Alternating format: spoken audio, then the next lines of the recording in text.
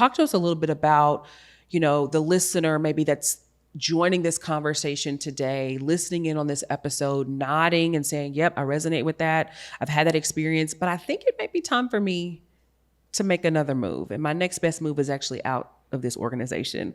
First, before we get to the exit strategy piece of it, how do you even know that maybe it's time for you to move on from your organization? So I have a whole chapter in my book called How to Know When It's Time to Go, because so many people ask me that question. And the first thing I say is it is deeply personal.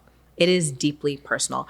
For some people, maybe you've had a boss who literally has their foot on the back of your neck and you can't go anyplace because of that human being. And I think it's important to acknowledge there are bad bosses, and sometimes you can have someone who's so influential, you can't move left, right, up, down, side to side because you and this person have a conflict. Mm-hmm. And if you can't change it, move it, get around it, then it's time to go. You may have hit your proverbial glass ceiling. I know when I worked in higher ed is known for people who get in that director role, and y'all, they know how to stay. Like when I was in higher ed, you see someone is, okay, the associate director, how long have they been there? 25 years. Okay, the director, how long have they been there? 32 years. So I literally can't get past this point because they are going to stay here and that next person is in line. So you have to move and get another job. And same in corporate. You can have people who have these legacy jobs and they're not moving. So if you know your glass ceiling is hit and you've put in the work, I believe in role mastery. So yes. When you are in your role and you have mastered all there is, you're probably training other folks and you're intellectually bored, that's also a time to go. Mm-hmm. If you have a career strategy and you know you need to acquire certain skills and you've mastered this and now it's time to get to the next thing, it's also time to go. When I was in higher ed, my only goal was to become a director of career services.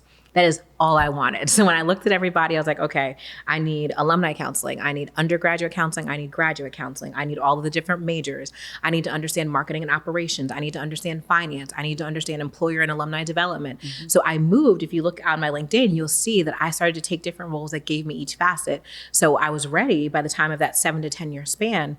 Okay, now I'm ready to be a director because I've hit all the things. So I moved to acquire skills. Same thing happens in corporate. So again, it's like, what is your thing? But I'm always big on, did you master where you are before you're trying to go to the next spot? Because I don't believe in half steppers. Mm-hmm. I do not believe in people not knowing their stuff and just thinking they deserve a next job. Yep. And I know that's the millennial, Gen Z, whatever they want to say about us. I'm a millennial too. I say I'm a geriatric millennial though, because I'm on the other side. On the upper end. On the upper end, almost Gen X. So people always think that we just want to be CEO without doing anything. Out. 2 years and it's like, what's next? Yes, but you have to know your stuff. And you can know your stuff if you do your work.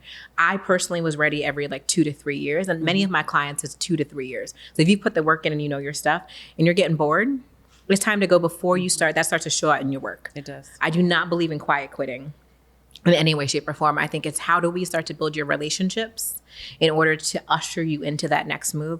And let's make sure that move is setting you up for at least one step past that. Yeah. Not just like the holy grail of I'm bored here, let me just jump and do something else. Mm-hmm. It's like, this is going to set me up for the next move. You don't have to know anything after that, but what is just that 2 steps? Is this going to help with that?